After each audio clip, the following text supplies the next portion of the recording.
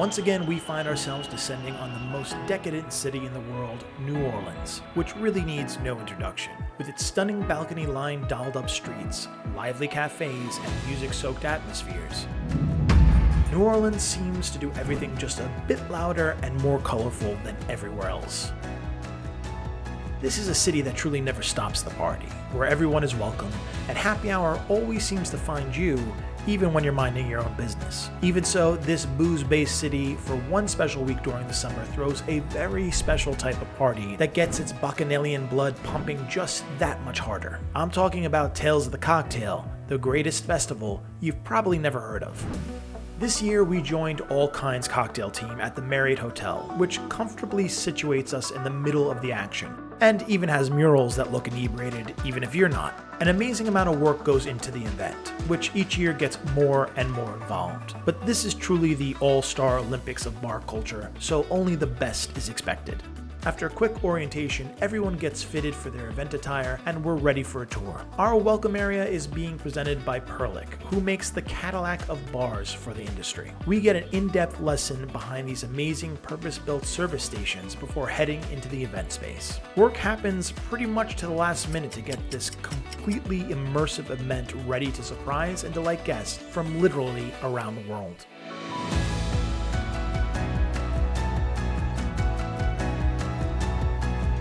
The experience begins with a purpose-built registration hall in the lobby of the Marriott Hotel. Guests get a wristband and surrender their shoes for a pair of slippers. Here, while they wait for their session to start, they can have a drink and be introduced to the best bars in the industry, the Perlick, which even if you don't work in the industry, you're going to want a picture of because they're stunning. When it's time for bed and to enter the dream world, guests are led to a staging area, where a lucky guest will attempt a perfect blind pour of 1 ounce. Rewarded with their first mixed drink if they succeed, the refrigerator magically transforms into a porthole into the dream world.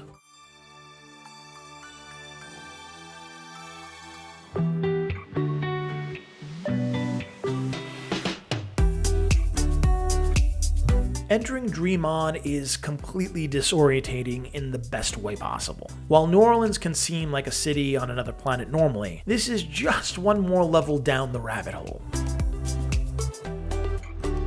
The main bar area is a bombardment of dreamlike visions, from mirrored floors to upside-down furniture and Synapse drinks delivery systems that will randomly surprise you with a house-batch cocktail. The room is a frenetic cacophony of surreal realities. Lights twinkling, guests all donned in slippers, and mingling among you are a wild collection of performers that may or may not be from this planet.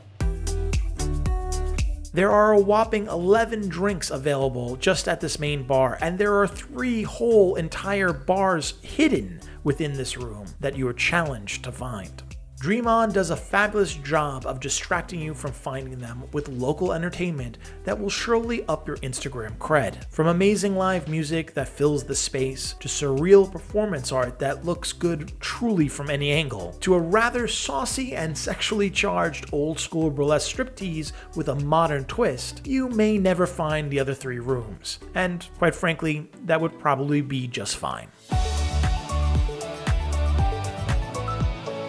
If you do, the first room you'll probably be tipped off to is behind a vintage Pepsi machine, and it's the Nightmare Room. If you ever wondered what the 80s used to dream, it was probably this. Bathed in ultraviolet light and a lightning storm of neon-painted walls, you are encouraged to grab yourself one of their crafted mind-altering drinks while confessing your worst dreaded nightmares to the wall. It's easy to get completely lost into this world, so an old-school alarm clock will ring to signal it's time to explore somewhere else. This is a genius feature to keep people moving around and discovering.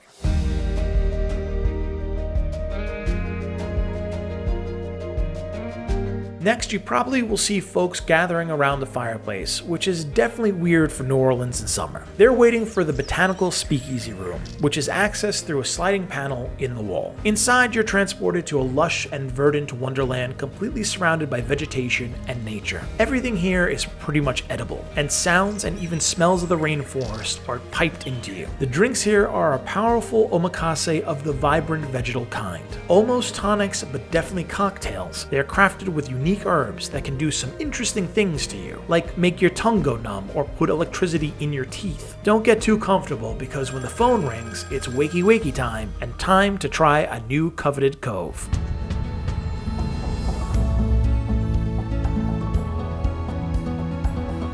The last room, and perhaps my favorite simply, is the Gold Lounge. Behind a gravity-defying wall, you'll enter the syrupy, brilliant room reminiscent of your father's basement bar/trophy room. What you'll discover is that lining the walls are over 100 bottles of the world's finest liquor, each one winning at least one gold medal for global excellence. What's more, you're invited to try anything you like while taking in the gold rays of the disco ball. This room, like my parents' basement, becomes the party at the end of the day, where diehards congregate to swap stories and tell tales. What's more, you might run into some truly academic booze wizards like Chris Hallahan from Sazerac, who can make some sense of the sea of liquor to even the most staunch noob.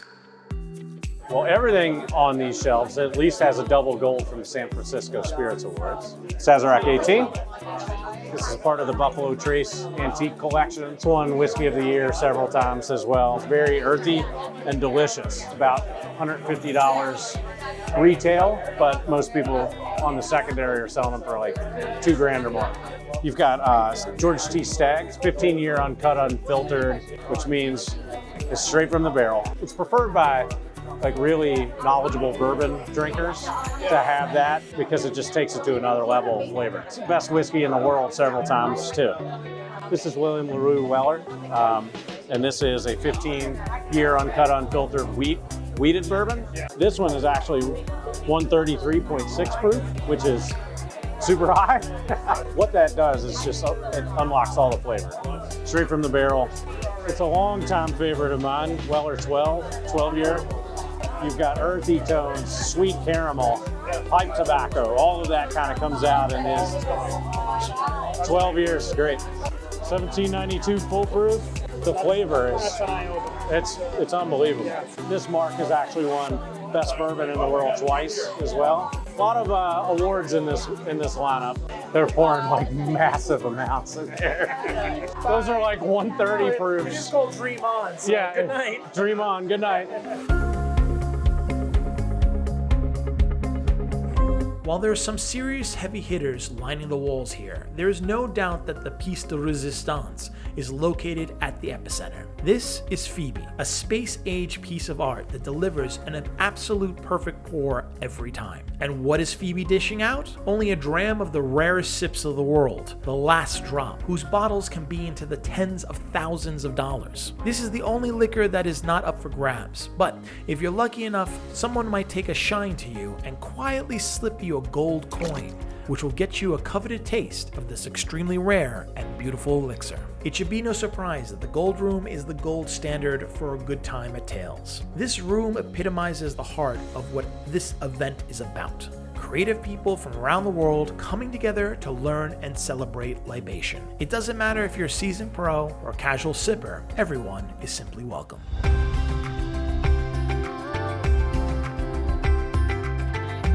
In the morning after surviving a marathon of revelry and hosting happy guests, the All Kinds team meets up in the lobby for a quick champagne celebratory toast before a full day of activities. Here's to another successful, hugely successful conference. Heading out into New Orleans en masse, our first stop is the famous Sazerac House, where we can get a first-hand look at where this world-class elixir comes from. And if you can pry your eye away from the stunning gallery wall, you get to hear some inside knowledge about this beloved rye right from the maker's mouth. After a quick drink and cheers, we follow the Red Cock down Canal, stopping periodically for a traditional champ shotgun before reaching our second destination, the historic old Absinthe House. While this bar is a destination in its own right, with its business card painted walls and infamous smoking patio where truly anything and everything does happen, we were there for their new speakeasy, located at an unmarked door in the back. The name is Tatlo, and it offers divine cuisine and devilish drinks for the bewitched and hex-curious crowd. This all-woman-owned, self-proclaimed Filipino witch bar is an amazing immersive retreat into the dark side of New Orleans, where there are no boundaries between the living and the dead. After getting to know the owners and the philosophy behind opening a new themed bar in such a bar-heavy city, it was off to our final stop.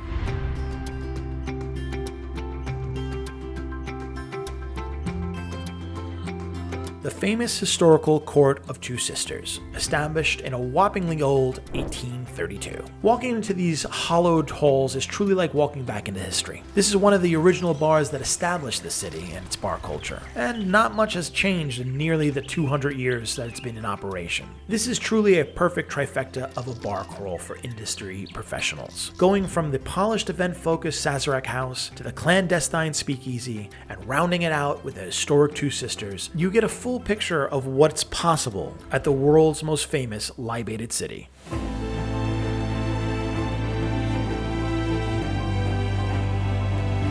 Each night as the sun sets on the Crescent City, the All Kinds team meets up for a special dinner, hosted by some of the great label houses in our honor. It's a chance to mingle, learn, and discover what New Orleans is about in grand fashion. Our first feast is at the impeccable Fountain Lounge, located in the historic Roosevelt Hotel. Besides making world-class cocktails and an espresso martini that could wake the dead, the team got to try their world-famous fried chicken and biscuits that came out on force in hot cast-iron skillets.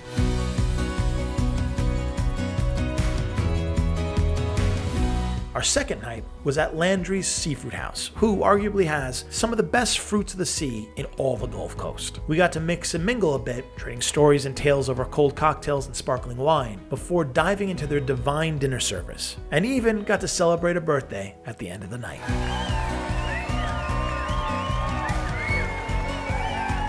Our third night had us at Brennan's, which is at the heart of the French Quarter. Brennan's is pure New Orleans from wall to floors, and the food here is second to none. In this classic setting, we had a chance to raise a glass and give a few heartfelt toasts of appreciation, bringing the room together in cheer and ending in nothing less than a riot of fun.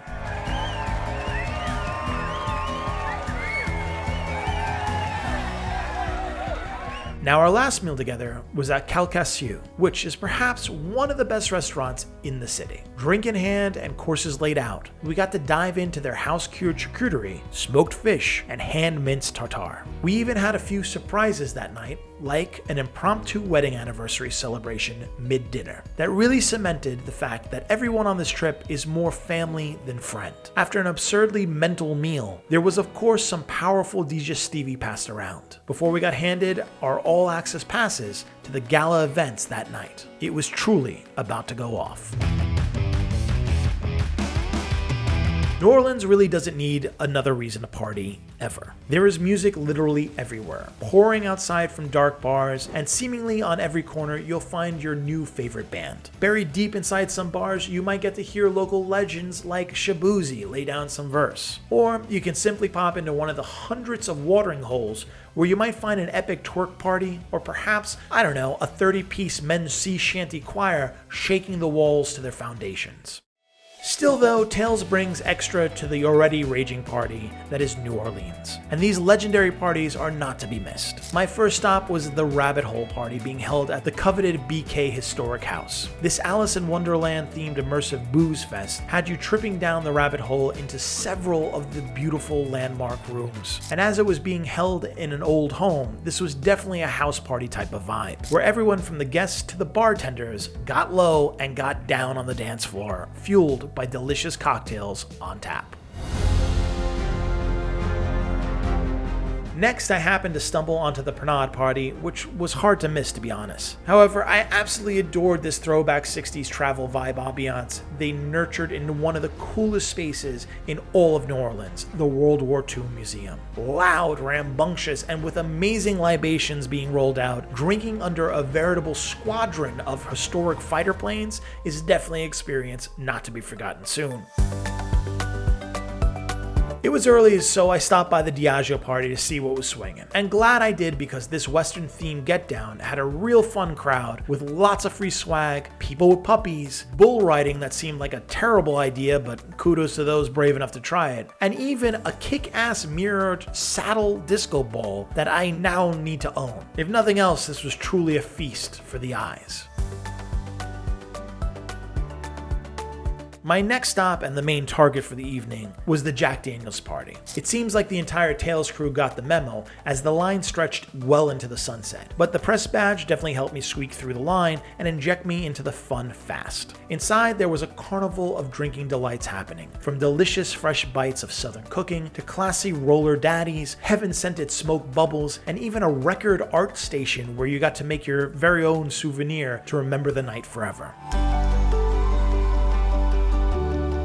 As it is Jack Daniel's, there's a ton of fun drinks to try, like nitro-infused carbonated punches, or something perhaps a little more classic like these stamped and smoked whiskey treats that are sure to get the party going strong. Drinking through it all, there's music everywhere you turn, either from you jumping on the drum set for your own personal solo, or getting down with local legends like Shabuzi, bringing the night to a whole nother level. I mean, this guy's everywhere, and he's great.